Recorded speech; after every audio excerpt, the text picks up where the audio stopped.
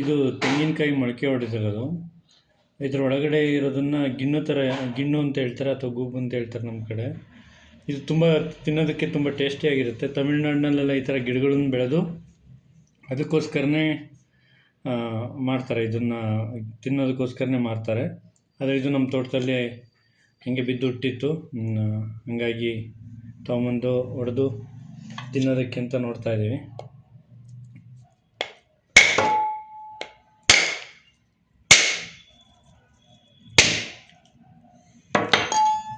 ಒಳಗಡೆ ಹೊಡೆದಾಗ ಈ ಥರ ಇರುತ್ತೆ. ಇದು ತುಂಬ ಟೇಸ್ಟಿಯಾಗಿರುತ್ತೆ ಈ ಪಾರ್ಟ್. ಇದನ್ನು ಈ ಥರ ತೆಗೆದುಬಿಟ್ಟು